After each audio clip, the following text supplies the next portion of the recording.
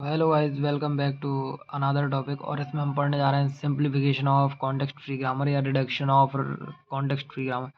यार, अब सीएफजी होता क्या? सीएफजी हमारा होता है कॉन्टेक्स्ट फ्री ग्रामर। लैंग्वेज हो सकती है, स्ट्रिंग हो सकती है। तो अब ये हम रिडक्शन या सिंप्लीफिकेशन क्यों करते हैं? रिडक्शन ऑफ सीएफजी इसलिए करते हैं बिकॉज हमें यहाँ पर रेफर करना पड़ता है identification of two symbols and production rule which does not play any role in the derivation. जो हमारे प्रोडक्शन रूल होते हैं, जो डज नॉट प्ले मतलब वो कोई रोल प्ले नहीं करते हमारे डेरिवेशन में, तो हम उस स्ट्रिंग को या उस लैंग्वेज को एलिमिनेट कर देते हैं ग्रामर से। इसको हम सीएफजी बोलते हैं। सीएफजी क्या कहलाती है? CFG simplification of context free language या ग्रामर क्या कहलाती है?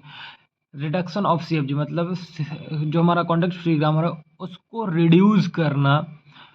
क्यों रिड्यूस करना? बिकॉज हम आइडेंटिफाई करते हैं कि जो हमारे सिंबल या प्रोडक्शन रूल हैं वो कुछ ना कुछ रोल प्ले कर रहे हैं ग्रामर या लैंग्वेज के अंदर और not.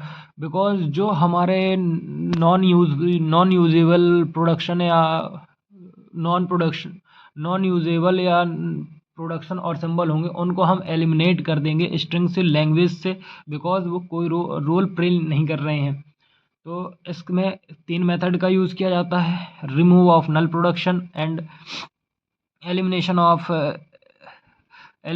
Null production and elimination unit production. Remove useless symbol.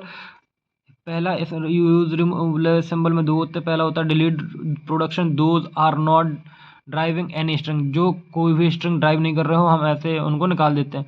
दूसरा remove production, those are not reachable to start symbol, जो रीचेबल नहीं हो स्टार्ट सिंबल से। अब देखते हैं हम क्वेश्चन।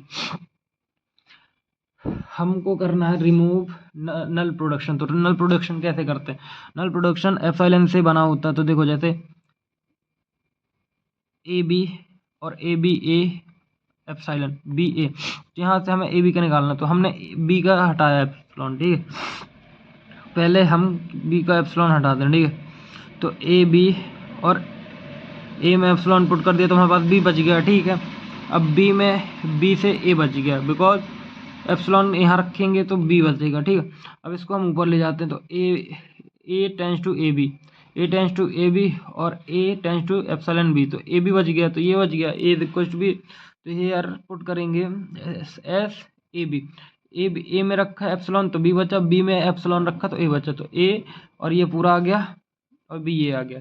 इसी प्रकार से हम दूसरा क्वेश्चन देख लेते हैं, क्योंकि इसमें अपन को फाइंड करना पड़ा find set of nullable variable and find new production rules, ठीक है। तो अपन देखो, S B A C D, A ये terminal null, B A null, C A D null, A B और डी ए और नल। अब यहाँ पे हम देखते हैं हाउ टू सॉल्व इट। देखो, डी में नल है तो हमने ठीक है लिया। तो डी में हम नल पुट करेंगे तो नल ए और डी ए। तो हमारे पास क्या बन जाएगा? डी ए और ए। फिर सी डी और सी ए डी में एप्सिलॉन ए बी। तो सी की जगह एप्सिलॉन पुट करेंगे तो ए डी ए बी, तो सी ए बी बन गया। बी ए में बी ए बी, तो बी ए है, बी ए है। फिर हम इसमें पुट करेंगे तो बी ए सी डी।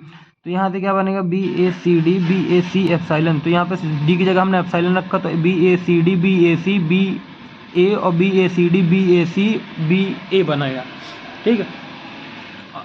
ऐसे ही आपको ये सारे मतलब रिमूवल ऑफ नल प्रोडक्शन ऐसे ही कर लेना। जहाँ जहाँ आपको नल प्रोडक्शन दिखे आपको बहुत ईजिली से हटा देना, ठीक है। तो चलिए, शायद आपको नल प्रोडक्शन समझ में आ गया होगा। अब हम यूनिट प्रोडक्शन अगले वीडियो में करने वाले हैं। आई होप आप लोगों को समझ में आ गया। तो मिलते हैं नेक्स्ट वीडियो में नेक्स्ट लेक्चर के साथ। तब तक के लिए बाय बाय।